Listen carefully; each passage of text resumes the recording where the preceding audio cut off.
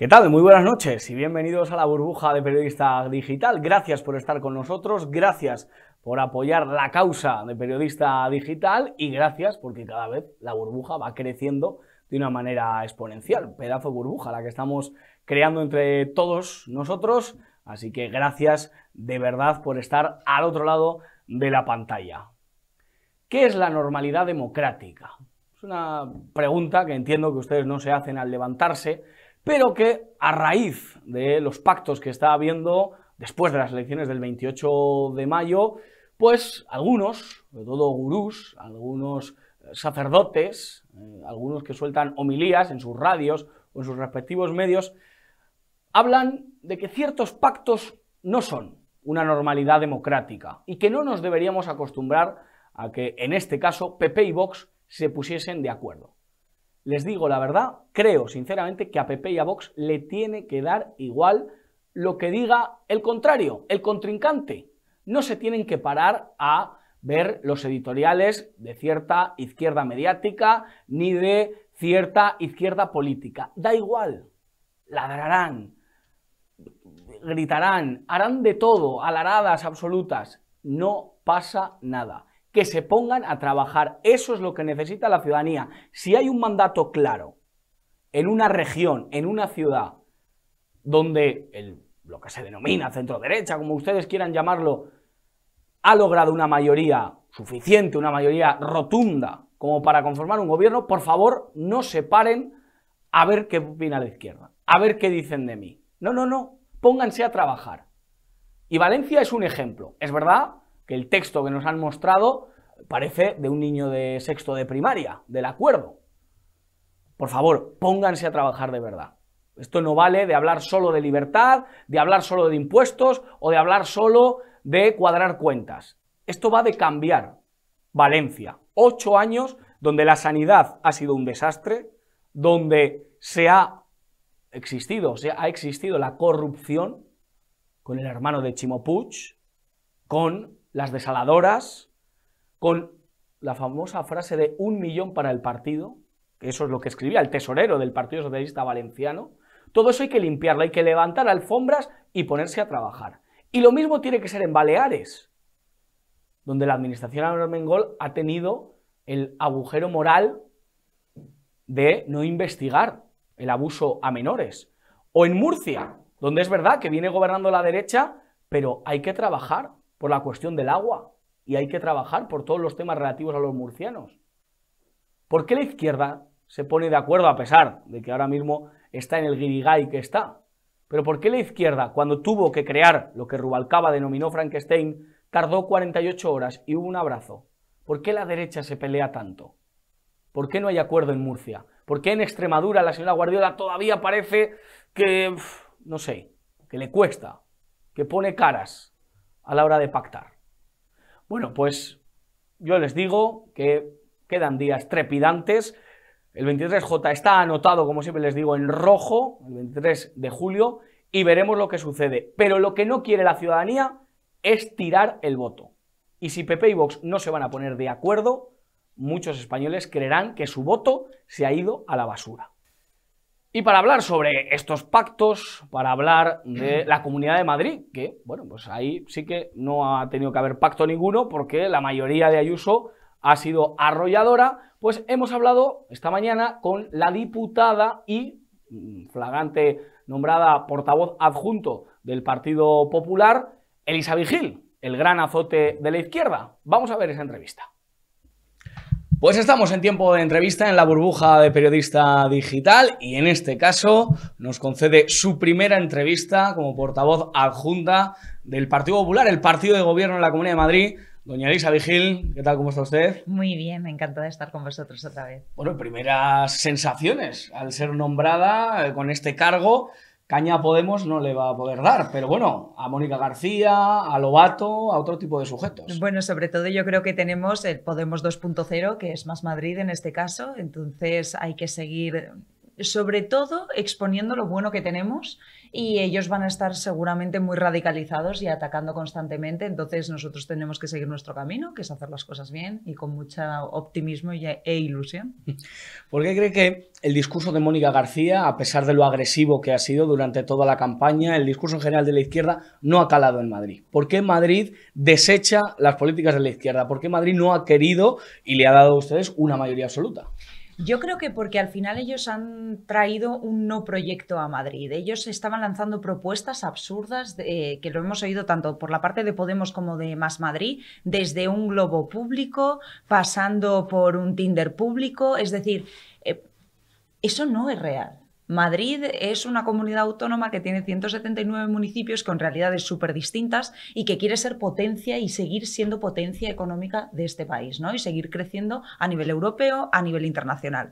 Entonces, esta gente estaba hablando de unas cosas que yo creo que nadie entendió bajo ningún concepto, y que realmente se han puesto únicamente a atacar a la presidenta Ayuso, pero no han propuesto nada en clave positiva para qué van a hacer para los madrileños. Únicamente ha sido atacar, destruir, mermar, y cuando únicamente tienes eso para traer, yo creo que nadie quiere un proyecto así en su vida.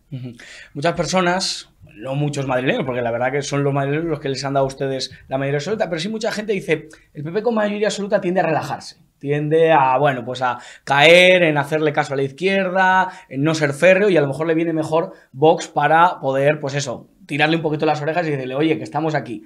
¿Ustedes qué van a hacer con la mayoría absoluta que le hemos otorgado los madrileños? Con la mayoría absoluta que nos habéis otorgado los madrileños, lo que vamos a hacer es trabajar muchísimo. Y ayer con la presidenta nos lo dijo, ahora toca trabajar aún más que nunca, ahora toca exigirse más que nunca, ahora toca estar en la calle, ahora toca estar en los medios, ahora toca estar más presente. ¿Por qué?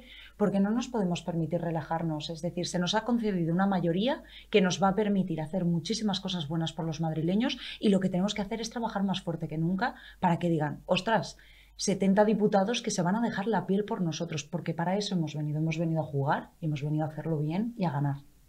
Sé que usted es diputada de la Asamblea de Madrid, pero en toda España se está hablando de pactos. Sí. Y la verdad que está causando mucha polémica ver cómo, bueno, pues hay gente que le cuesta un poquito pactar con Vox o le cuesta acercarse a Vox. ¿Usted cree que es Vox más peligroso que Esquerra Republicana o que Bildu? Bueno, vamos por partes. En primer lugar, los pactos yo creo que se tienen que establecer en función de cada lugar, porque es que cada sitio es un mundo. España somos 17 comunidades autónomas y cada una es diferente. Por ejemplo, esta mañana sabíamos que Carlos Mazón había alcanzado un acuerdo con Vox. Entonces, miedo no hay de ningún tipo. Por supuesto, uno cuando sale a ganar, y sale a ganar en una mayoría suficiente que te permita gobernar. Y eso es a lo que tenemos que aspirar, a cuidar a los ciudadanos que nos han dado una confianza y hacer un proyecto tanto de ciudad como de comunidad autónoma que realmente les aporte. Eso es en lo que tenemos que pensar. Esquerra Republicana, por supuesto, está fuera de la ecuación. Es decir, cualquier partido que sea de carácter o talante separatista no tiene cabida, porque alguien que quiere romper España no puede estar con el Partido Popular. No va en la misma frase. Le quiero preguntar por un personaje que se está comentando mucho, el señor Keke, el humorista de la cadena SER, que, bueno, al que le hemos ganado un juicio por insultar a nuestro director Alfonso Rojo, y que en esta ocasión, pues lo que ha dicho es que es peor Pitingo o escuchar a Pitingo que las matanzas de Chapote, porque al menos él lo hacía más rápido. Cuando a uno le dicen esto, claro, la izquierda habla de los límites del humor, que todo cabe en el humor, pero siempre ellos, siempre contra, en este caso, las víctimas, contra las personas que sufren. ¿Tiene límites el humor? ¿Vale todo en el humor? No todo vale en el humor, siempre y cuando no estás respetando unos mínimos morales. Es decir, es que hay vidas. Es que esto ya no va de decir, oye, esto es gracioso, te he contado un chiste de estos son dos y se cae el de en medio. No, estás metiéndote con personas que han sufrido, que han sido asesinadas a manos de una banda terrorista, que es ETA, y que la tenemos junto con el gobierno de España. Y esa es la realidad.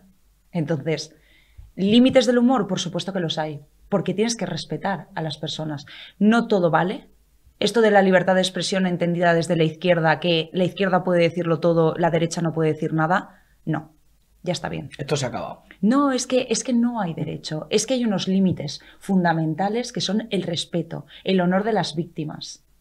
que yo entiendo que, bueno, pues haya gente que será analfabeta cultural y no sabrá a lo mejor lo que es ETA o lo que ha hecho ETA en este país. Gracias a Dios que no lo sepan. Pero la realidad es que todavía hay crímenes que no están esclarecidos de modo alguno y hay familias que todavía no saben quién asesinó a sus familiares. Y esa es la realidad y se me ponen los pelos de punta, porque todavía pensar que en pleno año 2023 tengamos que estar explicando a la gente que matar está mal, que violar está mal, claro, como tenemos un gobierno de España, que violar no pasa nada con la ley del sí es sí, que matar no pasa nada dependiendo de a quién lo hagas. Es todo absurdo. Entonces, ¿cuáles son los límites? Para ellos no hay ninguno. No, aquí va a venir el Partido Popular a imponer unos límites y a imponer un respeto mínimo a la integridad de la persona, por supuesto. Pablo Iglesias les ha acusado de ganar las elecciones en Madrid solo con el eslogan de este hombre que salió en televisión española diciendo que te vote chapote, que ese ha sido el eslogan del PP y Ayuso es solo que te vote chapote. Bueno, Pablo, desde que se cortó la coleta, creo que ha perdido un poco lo que viene a ser la brújula. Ya no el norte, la brújula. ¿Y belleza? Bueno, eso a quien le guste, pues estupendo, ¿no? Yo no opino. Pero la cuestión es que todo tiende a criticar cuando gana el Partido Popular, ¿no? Entonces Pablo Iglesias, claro, se queda sin su fuerza en Podemos. Podemos desaparece, se une a Sumar. Realmente están en plena decadencia, desaparición y destrucción de ese proyecto bolchevique, socialcomunista que habían montado, que traían importado de Venezuela y entonces están desesperados. ¿Por qué? Porque se tienen que mantener como sea en sus redes estas de resistencia que siempre han querido hacer ellos. Entonces, que critiquen, ladran, luego cabalgamos. Quiere decir que lo estamos haciendo bien. No hemos ganado unas elecciones por haber sacado un eslogan que sea que te vote chapote, sino porque realmente hemos dado ilusión y ganas a la gente de votar un proyecto que es próspero, que ha bajado los impuestos en la Comunidad de Madrid, que ha apostado por la familia, que ha apostado por la libertad educativa, que ha apostado por ir contra una ley educativa estatal que lo que quería era mermar y adoctrinar a los niños en los colegios. Es decir, la gente vota al Partido Popular en la Comunidad de Madrid, la gente vota a Ayuso porque tiene un proyecto y porque queremos seguir creciendo ese proyecto y ensanchando ese proyecto. No es que te vote chapote. Eso es que les ha dado mucho miedo a ellos, porque realmente solo les ha votado chapote. La verdad es que también se lo han ganado, ¿eh? Cuando bueno, pactas con un chapote, cuando te acuestas con niños. Claro, no. Y aparte otra cosa, se han quedado fuera de la Asamblea, eso es una lectura, ¿no? Cuando tú te quedas fuera de la Asamblea, a lo mejor Pablo Iglesias lo que tendría que hacer es una lectura introspectiva de qué es lo que han hecho mal, porque han hecho mucho mal. Porque no hay ni un diputado de Podemos. Ahora está Podemos 2.0 más Madrid. Podemos en bicicleta, a lo mejor. No, bueno, en bicicleta solo el primer día. Ya sabemos que al día siguiente ayer se estaban peleando. No vinieron ni en bicicleta ni en patinete. Recordad que en la última legislatura pues vinieron en patinete y bicicleta el primer día, pero el segundo día se estaban peleando por las plazas de aparcamiento. Entonces, bueno, como digo yo, son ecoresilientes, pero según les da, ¿no? Son, sí, ecoaparcamientos. Ecojetas. Ecojetas, efectivamente. Para acabar, doña Elisa Vigil, dentro de 4 años no sé dónde estaremos, vivimos día a día, como diría Rambo, pero un detalle, una medida que a usted le gustaría que si pudiéramos hablar de aquí a 4 años, hubiese cambiado la Comunidad de Madrid, si hubiese conseguido un sueño cumplido que con la capacidad política que ustedes tienen con la mayoría absoluta, puedan cumplir. Algo, mójese y dígame, pues quiero que esto se cumpla en la Comunidad de Madrid.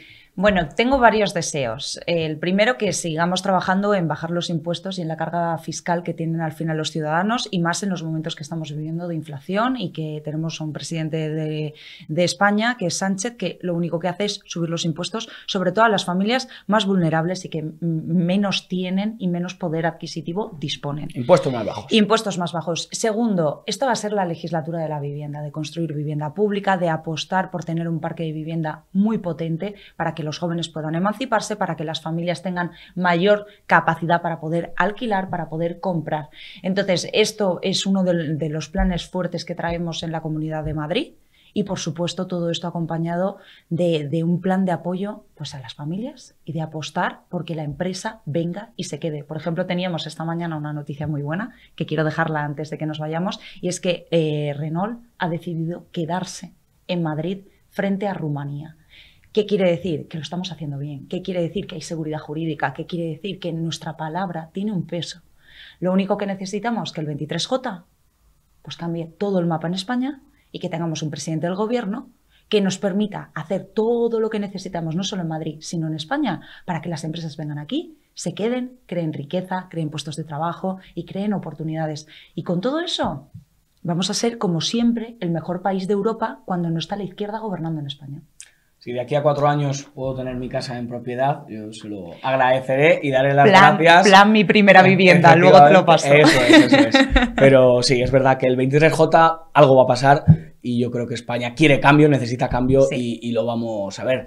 Denisa Vigil, pues muchísimas gracias por estar en la burbuja de Periodista Digital. Encantada, nos vemos pronto y sobre todo el 23J a votar. Han intentado jorobarnos las vacaciones, pero más vale un día de votar que no 4 años de Sánchez. Y eso que dicen que los jóvenes del Partido Popular estáis en Punta Cana cuando vais a votar. Y... Ah, sí, no lo sabía. Yo todavía no tengo vacaciones. No te vas a Punta Cana. Elisa Vigil no se va a Punta Cana. No me voy a Punta Cana. Es decir, como mucho iré a ver a mis padres al norte, que es la mayor maravilla, y ya está. Pero bueno, la hipocresía de la izquierda, ¿no? Luego ellos son, ya sabes, los del chalet, los del ático. No. Es decir, esta gente, ¿no? Curioso. Curioso. Doña Elisa Vigil, muchísimas gracias. Gracias.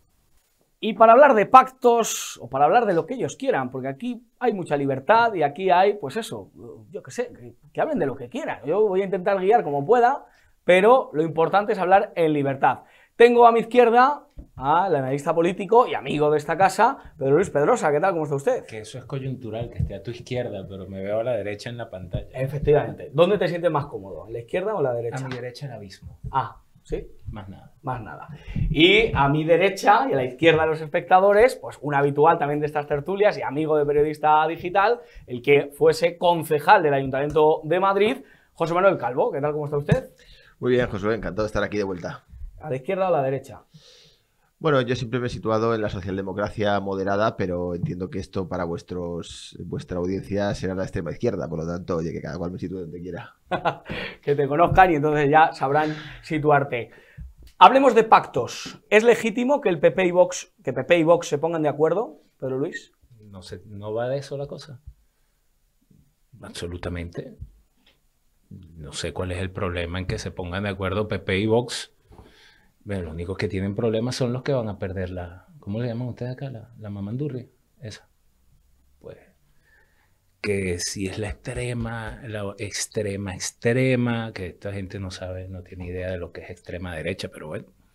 Y creo que sí, que es absolutamente legítimo, que la gente fue a votar, que salen unas mayorías y de esas mayorías deben salir acuerdos. A mí la palabra pactos me suena a mafia, no sé. O sea, es una palabra absolutamente normal, pero a mí en particular. Pactar con el diablo, ¿no? La película me suena extraño. De Al Pacino. Acordar, ¿cómo se le llama? Hacer coalición y tal. Pactos, bueno, sí, si le llaman pactos, pues es legítimo. Pacto entre caballeros, cantaba también Joaquín Sabina. José Manuel Calvo, ¿PP y Vox se tienen que poner de acuerdo? El título original de esa película, si lo repasáis, es El abogado del diablo, que es mucho más bonito que El pacto con el diablo, que es como se tradujo al castellano, ¿no? The Evil Advocate era el título original. Yo creo que el pacto es legítimo, en fin, debería además, pacto, acuerdo, como queramos llamarlo, debería normalizarse. Para mí, la única línea roja es la que marca el Tribunal Constitucional, siempre lo he dicho, ¿no? Por tanto, cada vez que alguien habla de un partido ilegítimo, pero me da igual que se hable de Vox, que se hable de Bildu, que se hable de Podemos, ¿no? Que desde distintos enfoques, cada cual sitúa la ilegitimidad donde considera. Es el Tribunal Constitucional el que decide qué partidos se pueden presentar. Es la ciudadanía, son los electores quienes deciden qué partidos deben obtener esa representación, y una vez que se obtiene esa representación, que se pacte y que se acuerde, pues forma parte de la lógica parlamentaria. No tengo ninguna cuestión al respecto. Yo creo que la izquierda, más que cuestionar en este caso los pactos, acuerdos que puedan parecerle mejor o peor entre el Partido Popular y una fuerza a su derecha, que eso es evidente, no parece, más allá de que se le llame extrema derecha o no a Vox, es una fuerza que está a la derecha del Partido Popular en términos ideológicos.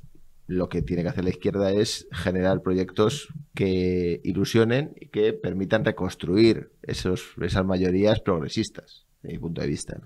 ¿Por qué la izquierda no ha ilusionado estas pasadas elecciones y por qué parece que el 23J, según lo que dicen las encuestas, tampoco va a ilusionar a los españoles? Pues yo creo que la izquierda española, por lo menos la actual, no está haciendo absolutamente nada por los verdaderos problemas de la población. Entonces, tienen una agenda supremamente ideológica marcado por temas que poco tienen que ver con la realidad del español normal. Y eso probablemente haya alejado al electorado incluso de izquierdas de votar a su opción política natural. Eso está por verse, porque así como te dije el otro día en Cancelados, que es un batacazo, sí, es un batacazo por el sistema electoral que ustedes tienen, pero en términos porcentuales reales no es un descalabro absoluto. Y yo siempre, porque como creo que también el que está picado de culebra se espanta cuando bebe juco, es una frase muy nuestra. La izquierda siempre tiene la capacidad de crear una coyuntura, una situación. Tú decías ahorita, no tardó 48 horas. Es que no tardó 48 horas, es que ya antes de la elección lo tenían cuadrado. Lo tenía hecho. Ok, entonces ellos siempre llevan, y el que está en el poder siempre lleva la ventaja de poder planificar con mayor holgura los pasos que va a tomar y los escenarios a los que se va a enfrentar. Que ese es un problema del cual adolece la derecha política, sea en España, bueno, en Hispanoamérica no hay derecha en ningún lado, pero los que se hacen llamar de derecha en Hispanoamérica adolecen de la capacidad de plantearse escenarios de cara a los compromisos electorales y de las coyunturas políticas que se les puedan presentar. De modo que yo creo que nada está dicho todavía, o sea que hay que ir con mucha cautela, de que sí parece ser que va a haber eso que ustedes llaman acá un cambio de ciclo político, pero todavía tiene que darse. Y todavía tenemos que ver qué eventos y qué situaciones se presentan de aquí al 23 de julio. Porque no creo que el señor Sánchez se vaya a ir sin dar una... Sí, mira, si tenemos todos estos meses con las situaciones que hemos visto, y entonces dicen el viernes inicia la campaña. De verdad, o sea, inicia, no, yo veo que llevan todo el año en campaña. Entonces vamos a ver qué sucede en lo que presume que será la verdadera campaña, pues no sé qué han hecho hasta ahora. Sí. ¿Por qué no ilusiona la izquierda? ¿Por qué perdió el 28M? ¿Y por qué parece que perderá el 23 de julio, José Manuel? Bueno, pierde el que no gobierna. No el que saca más votos, pierde el que no gobierna, ¿no? Yo voy a darle la razón a Pedro Luis en una cosa y voy a discrepar en otra. Le voy a dar la razón en que, evidentemente, no está todo dicho, es un escenario muy abierto. Si contamos el número de votos, digamos, que se le pueden atribuir a los partidos, a las fuerzas progresistas y el número de votos que se le atribuyen que han obtenido las fuerzas conservadoras, por establecer esa separación, no hay tanta diferencia. Si a esto le aplicas, en lugar de una ley electoral difusa, como pueda ser en unas autonómicas o municipales, le aplicas una ley electoral como la que opera en el conjunto del Estado, donde lo que prima no es tanto la ley DONT, que siempre se confunde, ¿no? Se dice que DONT, no, DONT es un sistema de reparto de escaños prácticamente proporcional puro, lo que es la circunscripción provincial, que hace que en las provincias pequeñas la tercera fuerza, y no digamos la cuarta o la quinta, se quede fuera. Y hay muchas provincias pequeñas en España. En función de si la izquierda va o no en dos fuerzas o en tres, parece que está resuelto que Podemos no se va a presentar. Yo todavía tengo mis dudas, conociendo un poco la casa, como sabéis que la conozco. Tengo mis dudas de que ese Consejo Ciudadano no vaya a cambiar una decisión que parece ser que ya está tomada, pero en todo caso, lo he dicho alguna vez, creo que en este programa también lo he dicho, ahora mismo el mayor obstáculo para revalidar el gobierno, desde mi punto de vista, por parte de Pedro Sánchez y de las fuerzas a su izquierda, no es tanto lo bien o lo mal que lo pueda hacer la derecha, sino Pablo Iglesias y su corte en Podemos. Es decir, hasta qué punto Podemos puede gastar a Sumar como fuerza alternativa que recoja el voto de izquierda, digamos, más dura frente al centro izquierda que podría votar al PSOE, ¿no? O sea que creo que es un escenario abierto. Ahora, lo que discrepo es precisamente en la lógica que ha operado en estas elecciones. Yo creo que precisamente este gobierno siempre se dice, ¿no?, que la izquierda pierde por la economía y la derecha pierde por el desgaste o por la inercia, ¿no? yo creo que precisamente este gobierno no presenta unas cifras económicas, de luego ni mucho menos de las que se tenga que avergonzar. Yo creo que tenemos datos de empleo, datos de desarrollo, datos de crecimiento que están a la par o por encima de la media de los países europeos, ¿no? No digamos la inflación, que está bastante por debajo de la media europea. Creo que no son los datos económicos los que han operado en estas elecciones y los que han hecho, los que han producido esa pérdida de apoyos, sino que precisamente en estas elecciones ha operado algo simbólico, que es ese famoso eslogan del que te vote chapote, ¿no? Creo que por primera vez, y desde hacía mucho tiempo que yo no veía esto, la lógica a la hora de votar no ha tenido tanto que ver con las condiciones materiales de la ciudadanía, sino precisamente con una cuestión simbólica, que es que mucha gente progresista, y esto hay que decirlo así, no ha entendido, o el gobierno no ha sabido explicar, desde mi punto de vista, que no lo ha habido, ¿no? Un pacto con Bildu o con la izquierda Abertzale, sino lo que se ha construido como pacto. Porque si os fijáis, y ya con esto termino, pero si os fijáis y lo podemos debatir, el gobierno no ha necesitado a Bildu para nada en todo el mandato. Ha sacado los presupuestos adelante sin Bildu. Dices, no, le han votado a favor, sí, pero eran 186 escaños, con 176 los hubieran obtenido, ¿no? Es decir, no ha habido ningún acuerdo tácito, como si ha pasado con Esquerra. Oye, se pactó esa mesa, que por cierto ha sido una mesa que ya habéis visto, ha quedado en nada, y lo único que ha servido para separar, nunca mejor dicho, al separatismo. Cosa que a mí me parece una estrategia acertada, pero creo que en este caso el gran error del gobierno de Pedro Sánchez y de sus aliados ha sido no ser capaces de explicar a la ciudadanía esta cuestión, que me parece bastante evidente. Hombre, pero vamos a ver lo que opinamos cada uno. Yo solo cuento como dato: investidura, se abstuvo Bildu y gracias a eso gobernó Pedro Sánchez. Ley de memoria democrática, la sacó gracias a Bildu, y fue Bildu quien puso la transición hasta intentó dejarnos ver o creer que hasta el 83 duraba el franquismo y por lo tanto cargarse la transición. Los presupuestos generales del Estado los han votado en un par de ocasiones, aunque es verdad que no eran relevantes del todo, pero han dado su voto a favor, sin hablar de la ley de vivienda, sin hablar de la ley de bienestar animal, sin hablar de la ley trans, sin hablar de la ley del aborto. Es decir, pactos ha habido. Pedrosa, parece que... Bueno, menos mal, ¿cómo se llama esta señora? Lo que pasa, me disculpan mi falla de memoria con algunos nombres. Esta señora que era periodista, que es portavoz de Bildu en el Parlamento. Merche Izpurua. Esa, sí tenía el nombre en la cabeza. Bueno, ella desde la tribuna dijo que no estamos muertos, aquí estamos condicionando al gobierno de España. Eso lo dijo ella. Yo no. Entonces, y tú, afortunadamente, porque también hay cosas que a mí se me complica llevarlas todas enseguida, has mencionado una serie de cosas donde ha tenido participación Bildu. En cuanto a datos económicos, pues, a ver, tal vez no estemos tan mal, pero no estamos tan bien como pudiésemos estar. Y yo creo que el más interesante de todos es que recién, dentro de poco, es que se van a alcanzar los datos, los niveles previos a la pandemia, cuando ya todos los países europeos los habían alcanzado.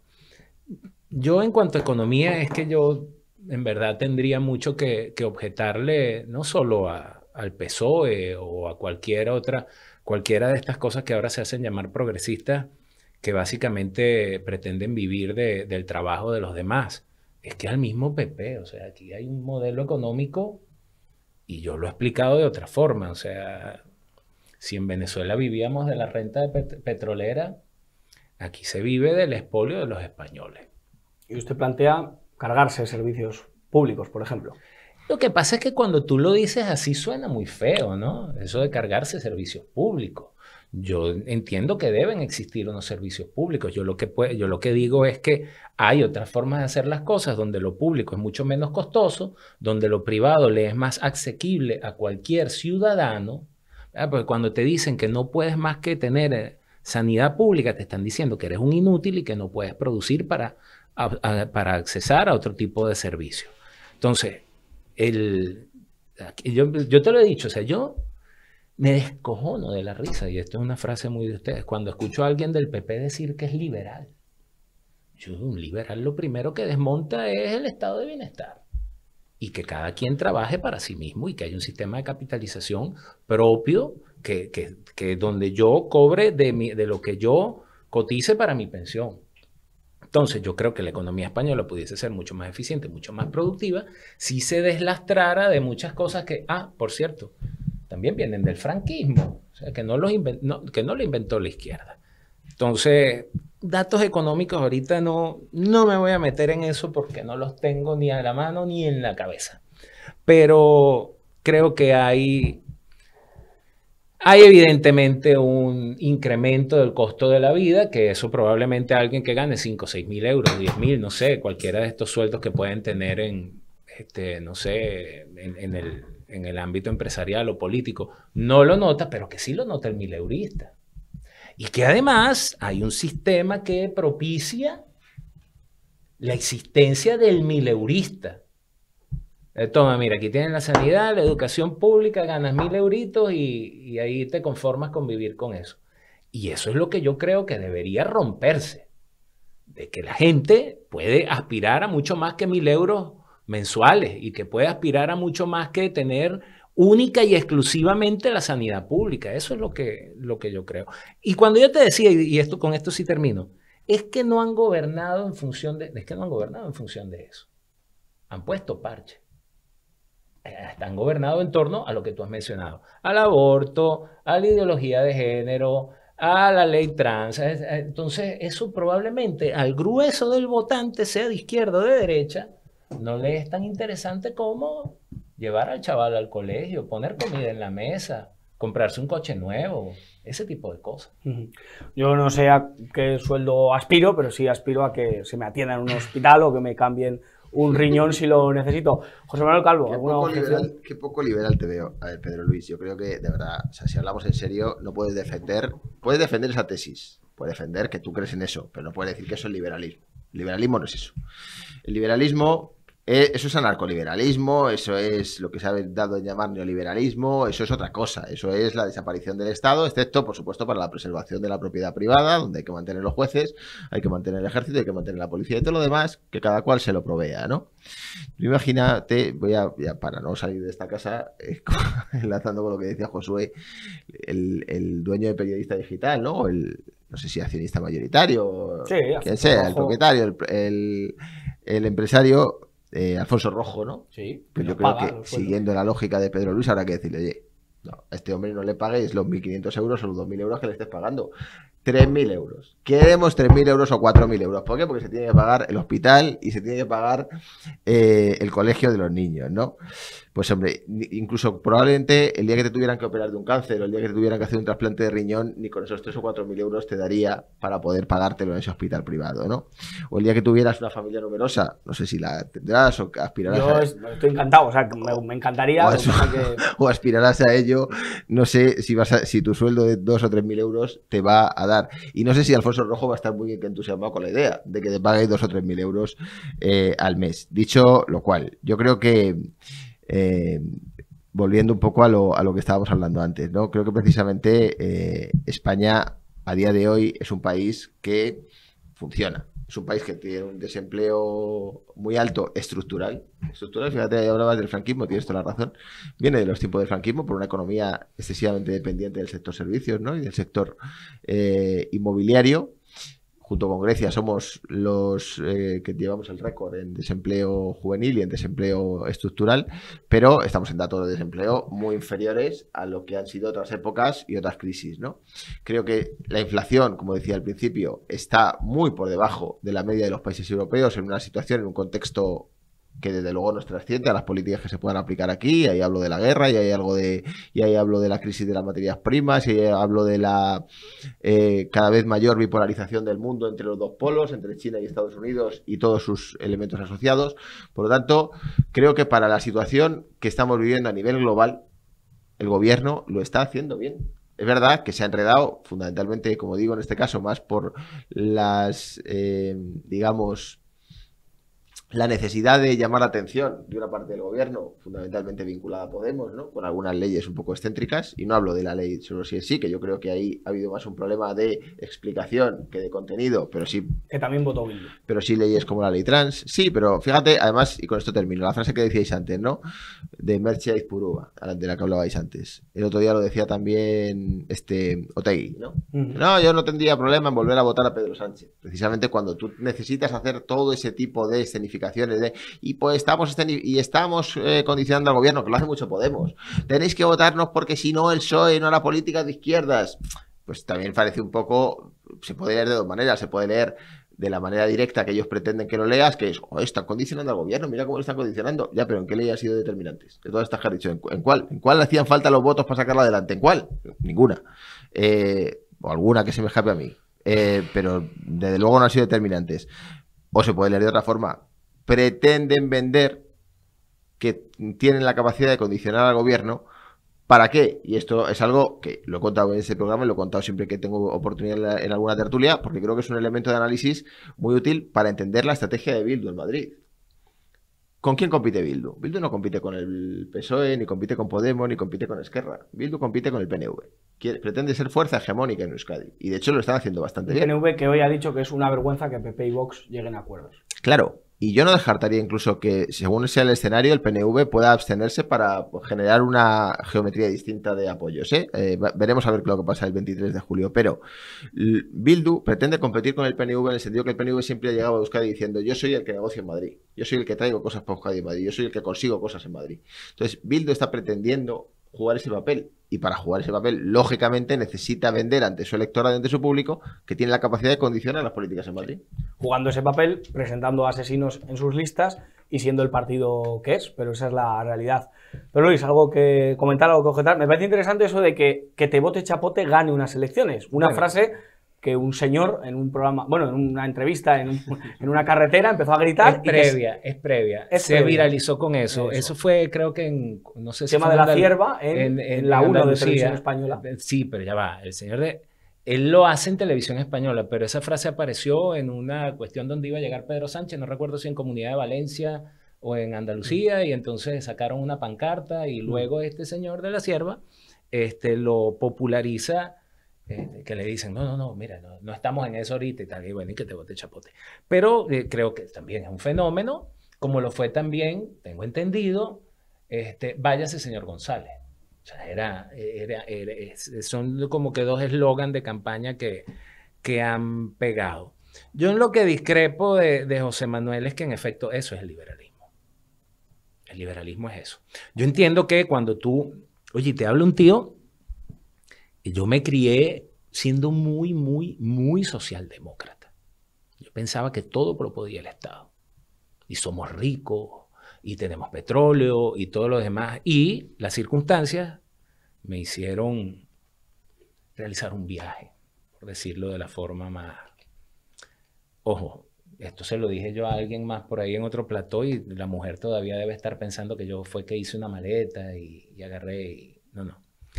Me tocó hacer un viaje ideológico. No, en realidad yo no creo que el Estado tenga que ser ni tan grande, ni tenga que proveer todos esos servicios. Y Alfonso Rojo, si generara mucho más dinero, no tendría problema en pagarle a él no 3.000, sino 5 o 10.000. ¿Y cómo lo genera, Pedro Luis? Vale, pues en primer lugar, bueno, en primer lugar lo que tienes es que favorecer las condiciones para que el Estado sea mucho más pequeño, para que el dinero circule mucho más en la calle. Mira, yo además es algo, me parece interesante, porque además creo que estamos teniendo un debate, digamos, tranquilo, ¿no? Pausado y tal, para poder debatir de esto. Es una novedad en digital, José Manuel. Sí, es la gran falla yo no lo defino liberalismo, y ahora si queréis entramos a ver qué es el liberalismo, del anarcoliberalismo, que un día lo debatía en Twitter con Juan Ramón Rayo, ¿no? Que al final su conclusión era, bueno, oye, como el tema del petróleo, pues en lugar de que se hagan políticas, ¿por qué no fomentamos que cada español se pueda crear su propia gasolinera? esa era su lógica, su reducción al absurdo. Claro, al final yo no veo dónde está vuestra conexión. O sea, en esa, el Estado tiene que proveer, eso es el Estado social y democrático de derecho, esos son los acuerdos del año 45, eso es la Europa social que dio lugar a los 30 años más luminosos de la historia del mundo desarrollado y que todavía estamos viviendo de eso es el constitucionalismo de posguerra de la Segunda Guerra Mundial, de eso bebe la Constitución española todavía creada o aprobada 30 años después o más de 30 años después. Es decir, eso es lo que nos ha permitido evolucionar como sociedad. El disponer de unos servicios que si nos los tuviéramos que proveer, mira, yo un día tenía este debate con alguien que no era como tú, era de una ideología opuesta, era anarquista, ácrata. Entonces me dice, no, mira, es que verás, las ciudades están diseñadas para no me acuerdo cómo su lógica. Bueno, me vino a decir, yo solo creo, claro, porque se oponía al Estado, pero en este caso por el Estado como instrumento opresor no en términos económicos, sino en términos físicos. El Estado como el elemento que, como decía Engels, convertía la clase económicamente dominante en la clase políticamente dominante, ¿no? Y lo que decía es que tiene que desaparecer el Estado para que todo, mediante la autoorganización, desarrollemos la sociedad. Y le dije, pero mira, ¿sabes lo que pasa? Que el día que a ti te diagnostiquen un cáncer, explícame cómo te organizas con otros para comprar un escáner, para conseguir un tratamiento, para conseguir una cirugía y para montar un hospital. Y si lo consigues, será a través de un instrumento que se parezca mucho al Estado, porque no se me ocurre otra fórmula, ¿no? Entonces, lo que yo no acabo, y eso me gustaría que lo explicaras, sobre todo a los oyentes y a mí mismo, a ver si nos ilustras, cómo se resuelve esa falla, cómo se resuelve ese elemento que no acabáis de teorizar, por mucho que os empeñéis, en que cuando tú reduces, digamos, el gasto que pueda suponer la sanidad y la educación, ¿cómo se traduce eso? En que eso genera mayor actividad económica y que el sueldo de Josué va a pasar de 1.500 a 3.000 euros por esa reducción. Me gustaría que esa explicación nos la dieras, incluido a mí, para entender. Vale, lo que pasa es que... Me gustan los mensajes que se le mandan a Alfonso Rojo de subirme el sueldo. Eso... Lo que pasa es que... sin duda. Lo que pasa es que también es muy reduccionista hablar de cómo que cada uno tenga una bomba de combustible, de paso, una estación de servicio, le llaman acá, ¿verdad? Nosotros le llamamos bombas, aclaro el término bomba, eso es una cuestión de ETA, ¿ok? Mía no. Que cada uno tenga una estación de combustible, pero las estaciones de combustible precisamente la montan empresas privadas. Y los escáneres, o hay muy buenos escáneres para hacer diagnósticos, sean de cáncer, de piedra renal, de cálculo renal, también en las clínicas privadas. De modo que el particular tiene forma de organizarse para una actividad comercial que puede ofrecer. Yo entiendo que cuando tú te desarrollas dentro de un sistema, crees que no hay nada o que lo único que funciona es ese sistema. Y yo no soy anarquista ni anarcocapitalista en lo absoluto. Yo creo en la necesidad de un Estado. Tal vez más un Estado como el de Max Weber, ¿verdad? El Estado es un ente que se garantiza para sí, ¿qué cosa? El monopolio legal y legítimo de la violencia. O sea, el Estado tiene que proveer 3 derechos fundamentales: vida, propiedad y libertad. Y servicios: seguridad, justicia, infraestructura y seguridad. Es lo que te había comentado yo antes, pero bueno, cuando Max Weber lo teoriza, yo creo que el que verdaderamente abandera esa teorización, digamos, es primero Hayek y luego Friedman. Que, digamos, abanderan esa definición del Estado. Pero creo, ya te digo, que es como el comunismo. Cuando se habla, sabéis, aunque a mí me tildan de comunista cada vez que voy a una tertulia que no sea, digamos, de los míos, pero ni he sido comunista ni participo de esa ideología, digamos. Pero tengo mucha gente, conozco bastante gente que participa de esa teoría, ¿no? Y entonces, claro, tú hablas con un comunista y al final llegas a la misma conclusión que con un anarcocapitalista o con un ultraliberal o con un neoliberal o como lo queramos llamar. Y es, vale, venga, perfecto. Oye, el comunismo, ¿no? El hombre nuevo, la desaparición de las estructuras jerárquicas, y entonces dice, bueno, pero ¿dónde ha ocurrido esto y ha funcionado? ¿Dónde tienes una experiencia teórica, práctica, empírico-práctica, que digas, oye, ¿dónde ha funcionado esto? No ha funcionado en ningún sitio. Es decir, si los países más desarrollados, y tú lo sabes perfectamente, los países más desarrollados, Noruega, Suecia, Dinamarca, Centro Europa, España, como uno de los países más desarrollados del mundo, son países donde el Estado provee no solamente de esas 3 cuestiones que son evidentes, sino que provee servicios esenciales, servicios fundamentales. Hay una película que todavía la echaban, te la recomiendo, no sé si la habéis visto, y se la recomiendo a los oyentes y a ti que eres cinéfilo, la de John Q, ¿no? Una película americana donde un señor de clase media-baja, pero trabajan los dos, el marido y la mujer en Estados Unidos, su hijo tiene un problema de corazón, le tienen que operar y llega al hospital y le dice... 200, sí le vi. 200, Con Denzel Washington. 250.000. Y dice, ¿pero cómo que 250.000? No, pero usted tiene un seguro. No, pero es que el seguro, recordáis, además no cubre tanto porque... Y ese señor, ese trabajador, ese currito americano, aunque le doblaran el sueldo, que no se lo van a doblar porque no existen las condiciones materiales para doblárselo, no puede pagar los 250.000 euros que le pedían de entrada para el trasplante, para meterle en la lista. Ahora yo te pregunto, si hay más gente que puede asistir a la salud a las consultas rutinarias, a la salud primaria en sistemas privados, que tiene acceso a eso porque tiene mejores salarios, no puedes hacer una salud pública mucho más eficiente. No puedes tener más descargada el sistema de salud. Yo no estoy hablando de la abolición de los sistemas públicos. Yo lo que estoy hablando es de que si tú le quitas carga a lo público, lo puedes hacer más eficiente. Es que es al revés, porque fíjate, la sanidad privada en España funciona fundamentalmente porque existe una sanidad pública robusta y porque es una competencia evidente. Entonces, si tú quieres ofrecer una sanidad privada y que la gente te pague un seguro todos los meses de 100 o de 150 o de 58 euros, me da igual lo que sea, tienes que ofrecer unas condiciones complementarias. ¿Cuáles son esas condiciones complementarias? Fundamentalmente tienen que ver con el confort y con la atención más personalizada, porque la calidad de los médicos y la calidad de los servicios es idéntica. Entonces, ¿cuál es la diferencia entre un país donde la sanidad privada funciona y donde la sanidad privada, digamos, que está reservada exclusivamente para una élite? La robustez del sistema público. La robustez del sistema público. Yo a lo que me refiero es que no esté reservado para una élite. Precisamente a eso. Es que se nos ha hecho creer que ese tipo de servicios es exclusivo para una élite. Es exclusivo. Si tú mañana te vas a operar de un trasplante de riñón, pero sí, fíjate, yo tengo dos hijas. Y no tengo seguro privado, tengo la convicción de utilizar la sanidad pública y estoy encantado con el Hospital Clínico de Madrid, que me parece que es uno de los hospitales punteros del mundo, pero también está La Paz y también está el 12 de octubre y también están otros tantos hospitales públicos que tenemos en la región.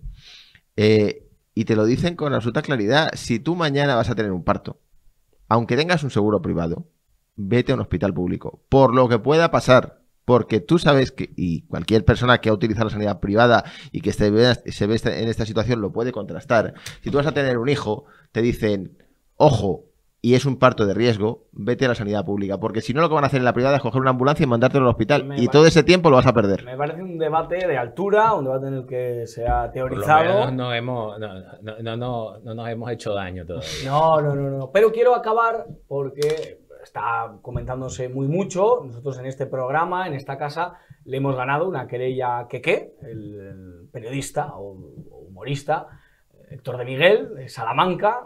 Bueno, pues yo qué sé, Salamanca tenemos de todo. O sea, estuve yo, o sea, de todo. Y entonces, por lo tanto, le hemos ganado porque insultó a Alfonso Rojo de una manera muy grave y en esta ocasión ha insultado pues a las víctimas del terrorismo de una manera clara, de una manera flagrante, comparándola con Pitingo. Por cierto, desde aquí mi defensa musical de Pitingo. O sea, yo de verdad que la voy a hacer aquí porque a mí me gusta mucho Pitingo, me gustan sus versiones de canciones, me gusta cómo lo hace y por lo tanto no sé por qué hace tanta gracia el hecho de meterse musicalmente con Pitingo. Me parece un artista como la copa de un pino. Pero se ha pasado de la raya que, o por lo menos esa es mi opinión. ¿Cuáles son los límites del humor? La izquierda debe tener carta blanca para reírse de lo que quiera, de víctimas de ETA, de las bombas de ETA. ¿Nos podemos reír de todo, José Manuel? No sé si nos podemos reír de todo, pero yo creo que habría que intentar rebajar esto que se llama la cultura de la cancelación, ¿no? Fíjate que no ha sido un teórico de derecha, sino ha sido Noam Chomsky quien ha advertido sobre la cultura de la cancelación que en gran medida viene de la izquierda. El otro día veía, digo un poco por salir del rollo este de Keke, ¿no? Que no recuerdo en qué lugar, se iba a hacer La vida de Brian. La vida de Brian, para quien no lo haya visto también, hoy hablamos mucho de cine, no es una película contra la religión cristiana, ¿no? Como en su momento se planteó o se dio a entender, es una película contra la izquierda, es una parodia de la izquierda. Que además esas escenas las he vivido yo y las he visto 20.000 veces, ¿no?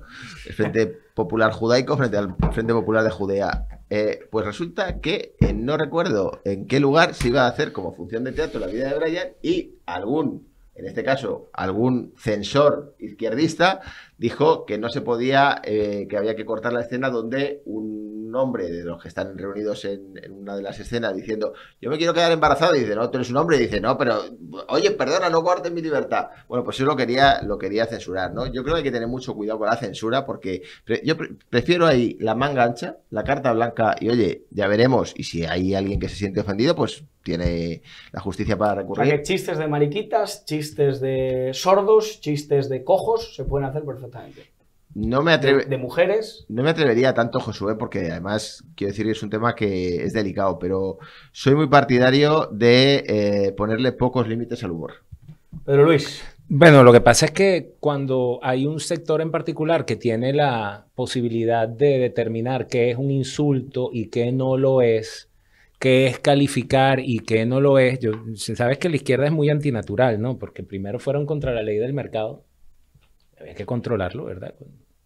Ahora van contra leyes biológicas. Eso es el liberalismo, Pedro Luis. Ajá, bueno, es que tienen, primero fueron contra la ley del mercado, contra la oferta y la demanda. El Estado lo controla, vale, perfecto. No ha funcionado en ningún lado y tú lo has dicho. En ningún lado ha funcionado. Ahora van contra las leyes biológicas. Yo estoy esperando que vayan contra la ley de gravitación universal. Pero yo sí los voy a ir a ver cuando se vayan a tirar de las torres estas, que cuando digan que no hay ley de gravedad, también lo voy a ir a ver y a upar y a aplaudir. El tema es que ellos son los que tienen la exclusividad de decir que es un insulto, que no lo es. Y si tú los calificas, entonces es insulto.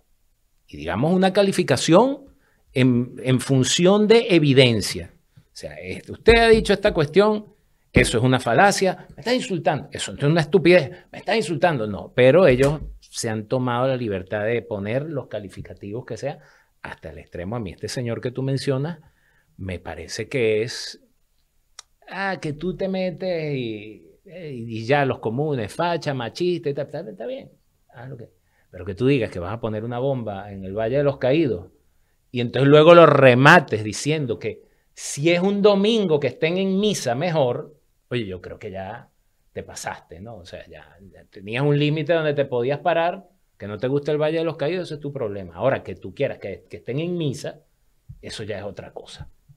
Pero como tienen la exclusividad y además se sienten en la libertad de hacerlo porque saben que nadie los va a tocar. O sea, saben que no va a venir ni la fiscal nueva esta, ¿cómo es que se llama? La de Memoria Democrática, la señora Dolores Delgado. Lola. No va a venir Dolores Delgado a decirles nada, ni va a perseguirlos la justicia, ni como se sienten además protegidos, entonces lo hacen con absoluta libertad. Pero vamos a ver. Para acabar muy rápido. Para acabar. Pero si es que, o sea, yo la victimización que no la soporto en el ámbito de la izquierda, tampoco la soporto en el ámbito de la derecha, pero ¿cómo que nadie los va a tocar? Cuando alguien, pero si acaba de decir Josué en este programa que le habéis ganado un pleito a que ante la justicia por un tema que habéis considerado que os ha ofendido. Y sí, tal. José Manuel, pero disculpa que te interrumpa. No, pero, decir, lo que te quiero decir es que para que eso funcionara pues, ha tenido que actuar el agraviado. En el caso contrario, hay ahora una corte que actúa de oficio, es decir, yo fiscal actúo de oficio porque escuché que tú decías tal cosa. Mira, es distinto. Mira, el fiscal actúa de oficio. Yo recuerdo cuando pasó todo aquello de Guillermo Zapata. Sí. Con los chistes y tal, y se actuó también de oficio. Fíjate, con unos chistes que había hecho alguien de izquierdas, digamos, ¿no? Se actuó y a mí me parece, y de hecho la propia Irene Villa dijo que a ella no le resultaban ofensivos y que no entendía cómo la justicia había intervenido en esa cuestión, pero bueno, se intervino y ya está.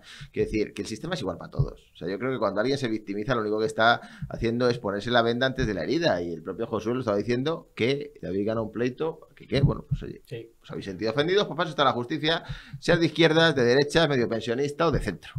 Pues ese ha sido el debate de hoy. Pedro Luis Pedrosa, muchísimas gracias. Gracias por la invitación. José Manuel Calvo, gracias de verdad. Y vamos a dejarles con una sección ahora que vamos a introducir en el programa, que es pues un tiempo con el director de este programa, con Alfonso Rojo, una charla que van a ver, pues bueno, distendida sobre la actualidad política. Vamos a verla.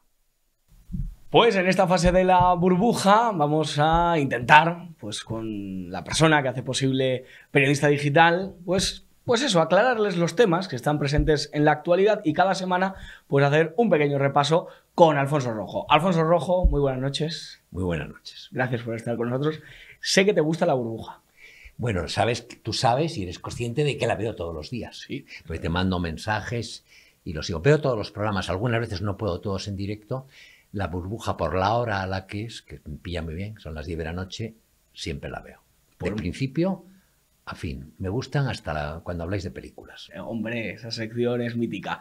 Vamos a hablar de Murcia, vamos a hablar de Valencia. Acuerdo total. Ya existe un gobierno que deja atrás las políticas de la izquierda, que deja atrás 8 años de nefasta gestión a nivel sanitario, corruptelas, absolutamente de todo en la izquierda, y ahora empieza un nuevo ciclo. Pero en Murcia ha saltado por los aires. En el último minuto no ha habido acuerdo entre PP y Vox. Bueno, tú sabes cuál es nuestra tesis, porque la hemos hablado muchas veces. La nuestra es apostar por el voto útil, pero en el sentido amplio del término. Es decir, el voto útil es el que tiene que servir para sacar de la Moncloa a Sánchez y esta panda de facinerosos y para cambiar el rumbo del país. Ambas cosas, y no son separables. Es decir, no se puede entender el futuro de España si no nos planteamos la necesidad de dar marcha atrás, de revertir tendencias, medidas que son francamente nocivas para España y para la sociedad española en todos los ámbitos. Y eso no es posible sin sacar a Sánchez de la Moncloa. Entonces, cuando llegue el momento de votar, como lo hemos dicho otras veces, cada uno que vote lo que le dé la gana, pero pensando en estos dos temas. Hay que sacar a Sánchez y compañía y sicarios de la Moncloa y hay que tener la posibilidad de modificar el rumbo del país. Aquí no basta, como tú has dicho en algún editorial, a ver si gestionamos bien la economía, no nos llega, a nosotros no, a lo mejor a otra gente sí, y no basta con que, bueno, pues a ver quién se coloca. A mí me ha sorprendido lo de Murcia. ¿Y sabes por qué me ha sorprendido? Porque pensé que lo de Valencia marcaba tendencia. Parecía más complicado Valencia que Murcia, porque parecía mucho más complicado. Sí. Había habido lo que en mi opinión fue una metida de pata de Semper, de Borja Semper, trazando una línea roja, que bueno, que tiene gracia, es decir, que aceptemos nosotros que nos ponga líneas rojas, no me refiero a Semper, una izquierda que ha tenido maltratadores físicos 30 años en puestos de renombre, la izquierda del Tito Berni, la del Viagra, las putas, los eres, la de Bildu, la de los listas con asesinos, que te ponga, que sea ahora quien determine o marque la línea, ellos y los tertulianos afines al Partido Popular o a Vox. Pues no. Entonces me sorprendió, pero lo resolvieron con bastante habilidad. Yo creo que la forma en cómo se resolvió Valencia, desplazando a Flores hacia al Congreso y negociado todo lo demás. Entonces, yo no sé, quizás tengas tú más datos que yo de Murcia. No, Murcia a estas horas la realidad es que no ha podido haber acuerdo en la Asamblea para que Vox pudiese gobernar la Asamblea de Murcia y por lo tanto el PP querría gobernar en solitario, pero le faltan 2 diputados para conseguir una mayoría. Si Vox no vota a favor o se abstiene, tenemos que ir a unas nuevas elecciones, porque la izquierda no suma evidentemente, pero hay que ir a nuevas elecciones. Claro, los progres ladran, tienden a ladrar y dicen, pero ¿cómo es posible que el PP pacte con un partido que tiene a maltratadores? Ellos dicen que niega la violencia machista. ¿Qué habría que responderle al Partido Popular? Decirle, oiga, miren, céntrense en lo importante, céntrense en que hace falta no solo gestión, sino ese cambio de rumbo del que nos hacías referencia. Cuando ladran los progres, ¿cómo hay que responderles cuando se están llegando a acuerdos? En Valencia, en Extremadura también se ha abierto la señora Guardiola, que al principio era un poco reticente a esos pactos, ahora ya está abierta. En Castilla y León la cosa funciona. ¿Qué hay que decirle a los progres? Bueno, yo creo que con ellos en este tema no hay ni siquiera que discutir. Yo no tengo que discutir la legitimidad que tiene el PP para pactar con Vox. Vox es un partido democrático, te puede gustar o no gustar las cosas que dicen, o la gente que tiene, o los trajes, o los pantalones, o las chaquetas de Santiago Abascal. Pero es que indudablemente es un partido que no atenta contra nuestro sistema democrático, que se mantiene fijo a la ley, que no ha ejercido nunca la violencia y que no tiene ningún planteamiento que pueda ir ni contra la moral, ni contra la dignidad del ser humano, ni ninguna de estas cosas. Cosa que no se puede decir de los aliados que ha tenido durante estos 4 años largos, eternos, alguien como Pedro Sánchez. Es decir, pero vamos a ver cómo... El propio Sánchez. Sí, cómo Sánchez, que pacta, o esta banda, que pacta con gente que ha matado, que ha festejado los asesinatos, que lo sigue haciendo. Te digo por poner lo que más me irrita a mí, que se abraza a los que dan un golpe de Estado, porque han dado una intentona fallida hasta ahora de golpe de Estado en Cataluña, con tintes racistas, porque en el separatismo catalán, que nunca ponemos el énfasis, hay un componente racista acojonante. Bueno, no sé si se puede utilizar esas palabras en este programa tan bueno como el tuyo. Efectivamente, aquí se puede hablar en libertad y además nos gusta hablar para que nos entiendan. Para acabar, Alfonso, de cara al 23 de julio, que es la fecha de la que estaremos hablando todas estas semanas, hay mucha gente que dice, pues ya lo de ir a votar es una tontería o mejor me quedo en casa. ¿Es importante ir a votar el 23 de julio? Es que ya sabes la tesis de periodista digital. Es decir, más vale perder un día de vacaciones y transpirar como un pollo que tener que aguantar 4 años más de Sánchez y sudar sangre toda la legislatura. Entonces, que la gente lo tenga presente. Es decir, si haces los cálculos aritméticos, como los ha hecho la Moncloa, como los ha hecho Pedro Sánchez, te da que el bloque de izquierda puede llegar a los 170 escaños con relativa facilidad, ¿eh? Con relativa facilidad. Yo creo que va a sacar menos, pero puede llegar a los 170 escaños. Es decir, la cosa, aquí no está el pescado vendido, ni está... La piel del oso. Ni piel de... O sea, ¿qué? El oso no, está vivo y pegando zarpazos. Un día le cuentas la fábula del cocodrilo. Eso es para aplicárselo al PP cuando tiende a ceder, sobre todo el PP, a ceder frente a los alaridos de los tertulianos, progres y de esta patulea. Pues les contamos la fábula. La semana que viene contamos la fábula. El cocodrilo y el zapatazo. Eso es. Don Alfonso Rojo, muchísimas gracias por estar en La Burbuja. El gusto es mío. Gracias. Pues acabamos este programa como cada miércoles con literatura, con cultura, con sapiencia, con sabiduría, con maestría, con Carlos Paz, que son sinónimos. ¿Qué tal, don Carlos Paz? Buenas tardes, un placer estar de cuerpo presente hoy en tu programa. Sí, la verdad que le agradezco que venga, es verdad, cuando está a distancia usted nos acostumbra a estar en escenarios diferentes, pero tenerle aquí es un placer. Me han contado que ha estado usted en Irán. Tienes muy buenas fuentes de información cuando ha sido público. Cuento lo que veo. Efectivamente, que ha dado que hablar un hilo suyo al respecto del viaje. Sí, absolutamente. Bueno, hoy vamos a hablar de literatura iraní, que ha decidido que era apropiado. Libros sobre Irán. Recordarán nuestros seguidores, que se cuentan por cientos de miles, que hicimos una sección sobre literatura persa hace quizá mes y medio. Hoy, aprovechando ese viaje a Oriente Medio, a Irán, pues quería traer libros acerca de Irán, sobre Irán. ¿Se ha escrito mucho en español sobre esta temática? No hay mucho, yo creo que el gran libro sobre Irán está por escribirse. Que lo va a escribir usted. Y seguramente lo escriba yo, porque a mí me gusta escribir cosas y llegar a donde no han llegado mis predecesores, no hacer refritos, que esto se lleva mucho, y el corto y pega no es mi estilo. Y lo que encuentra uno es poco y es insuficiente, no voy a decir malo, tal, que también lo hay, pero se circunscriben casi todos los libros a libros de historia o libros de arte, que están muy bien, indudablemente, pero es muy difícil llegar a algo más. He traído algunos títulos, quería hablar de uno en concreto, pero quizá nombrar 3 antes, que se pueden conseguir en las librerías. Y si queremos ahondar en la cuestión político-religiosa de Irán, yo recomendaría El gobierno islámico, escrito por Khomeini, de Ediciones Fátima, que está muy vinculada a la Consejería Cultural de Irán, pero que se puede conseguir en algunas librerías. La editorial Fátima.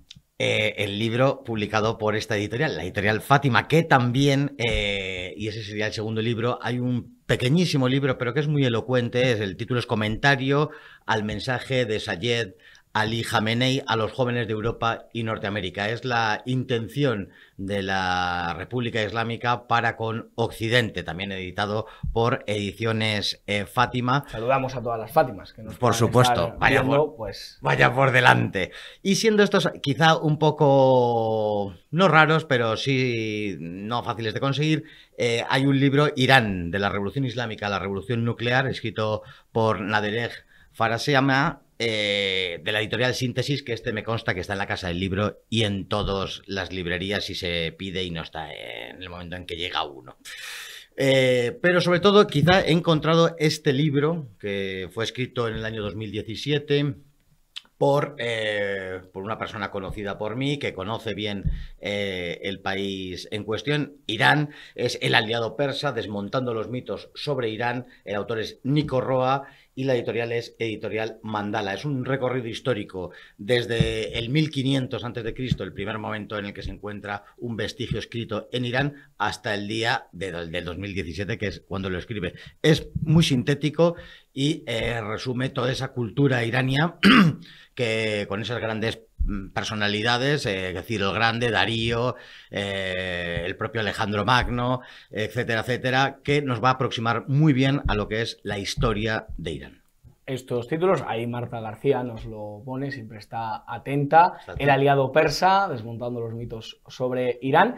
Todos estos títulos nos ayudan a comprender la realidad de un país, de una nación que todo el mundo tiende a juzgar y que hoy desde el sofá de su casa, que es verdad que todos juzgamos, la realidad, yo he sido el primero en opinar sobre sitios en los que ni he estado, ni sé ubicar casi en el mapa, pero es verdad que nos ayudarán a comprender de alguna manera el fenómeno que ahora mismo se está dando en la República Islámica de Irán. Está muy bien opinar, todos tenemos opiniones de todo, pero a mí no se me ocurriría ir a un simposio científico y discutir con un científico acerca de la energía nuclear o de la física cuántica. Ha habido una democratización, y eso es lo que a lo mejor se está sufriendo en estos tiempos a través de esas maquinitas y esas redes tan espantosas de las redes sociales, internet y demás, y se ha democratizado la opinión. Es decir, la opinión de un imbécil vale la misma que la de una persona docta, y por lo tanto la opinión de dos imbéciles vale el doble que la de una docta. Es la esencia de la democracia, al fin y al cabo. Y esto tendremos que poner pie en pared y enfrentarnos a esta cuestión. Antes hablabas con los invitados anteriores acerca de la censura, de la cancelación. Esto es lo que estás sufriendo tú con el hilo. Tú has ido como periodista independiente hace unos días a Irán, has contado lo que has visto, no haces ningún juicio de valor, no entras en temas religiosos ni de otra índole, y te han puesto a caer de un burro. Bueno, para eso estamos. Hemos venido a dar la cara, no a que nos la partan, pero a veces es necesario y no nos vamos a... Y es la obligación de un periodista. O sea, esto venía con los créditos de la carrera, pues eran 6 créditos, contar la verdad. Mañana pongo yo mi hilo. Atención. Atención, pregunta. Madre mía, pónganse a temblar. Estos libros narran o cuentan más bien la cuestión política, religiosa. ¿En qué se centran? ¿Histórica? El libro El aliado persa, desmontando los mitos de Irán, es un resumen, un compendio de la historia de Irán, de esos 3000 y pico años de historia que tiene Irán. Indudablemente, después de la constitución de la República Islámica de Irán, después del año 79, del ascenso al poder de Khomeini, y al constituirse como una república islámica, lo político y lo religioso va unido de la mano, y por lo tanto no se puede hablar de una cosa sin la otra. Acabar preguntándole si de alguna manera, gracias a estos libros, tenemos la posibilidad de comprender de alguna manera pues, la opinión de un ciudadano de Irán, de una persona de Irán. Podemos conocer de alguna manera por qué una mujer decide ponerse el hijab, por qué un hombre actúa de esa manera. Hay 4 grandes mitos en torno a la realidad de Irán, que son la modernidad, que son los derechos humanos, que es la democracia y que es la situación de la mujer. Todas estas cuestiones, de alguna manera, en este libro quedan, si no aclaradas, por lo menos despejado el camino para entender algo. Me temo muy mucho que esos cabestros y batracios que en las redes nos han lanzado improperios, no les interesa conocer la realidad, ya no solamente de Irán, sino de nada. Hágase cargo que los mitos y los esquemas, aunque sean erróneos, que tenemos en la cabeza, nos funcionan. Y si nos quitan esos mitos, tendremos que volver a leer, volver a estudiar, y por ahí hay gente, esos batracios y esos cabestros, que no están dispuestos a pasar. Hay gente que no pasa, hombre, leer, fíjese. No, hasta ahí vamos a llegar, pensarán algunos. Menos la gente que ve esta sección literaria de Periodista Digital. Esa gente sí tiene ánimo y sí quiere leer. Recuérdanos, no solo el del aliado persa, sino alguno de los títulos que nos quiera regalar en el día de hoy. Pues perfectamente. El gobierno islámico, escrito por el imán Khomeini, de Fátima Ediciones. Irán, de la revolución islámica a la revolución nuclear, de Nadereh Farsamia, de Ediciones Síntesis, y el comentario al mensaje de Sayed Ali Khamenei a los jóvenes de Europa y Norteamérica, de Ediciones Fátima, por supuesto, como de más fácil adquisición y comprensión quizá, El aliado persa, desmontando los mitos sobre Irán, de Nico Roa y Ediciones Mandala. Bueno, hay una de las editoriales, pues podía usted haber recalcado más su nombre, pero he visto que lo ha vuelto a hacer. Ha sido un guiño también. Ha sido un guiño también. Eso la audiencia pues se pierde ahí, pero bueno. Sí, pero usted y yo no nos perdemos. Bueno, yo estoy más perdido. Gracias, Carlos Paz, de verdad. Es usted un valiente y le agradezco que nos traiga, pues eso. No, busquen un programa de televisión en el que se hable de Julio Verne, se hable de literatura persa, se pueda hablar de Oscar Wilde, y aquí lo tenemos, gracias a usted, o sea que se lo agradezco. Y yo le agradezco que me oferte la oportunidad de venir aquí, y hay mucha gente que demanda este tipo de programas y por eso hacemos esta sección. Gracias, Carlos Paz. Gracias a ti. Y nosotros nos despedimos de esta burbuja de miércoles. Mañana más, no se muevan porque a las 10 estamos. Darle las gracias como siempre a Marta García, que está ahí en la dirección técnica, que es la que me aguanta. Y nada, decirles, como siempre les digo, que no se lo cuenten porque ya se lo contamos nosotros. Alejen a los niños del televisor y ya queda muy poquito para dejar de decir aléjenles de Irene Montero. Que Dios les bendiga.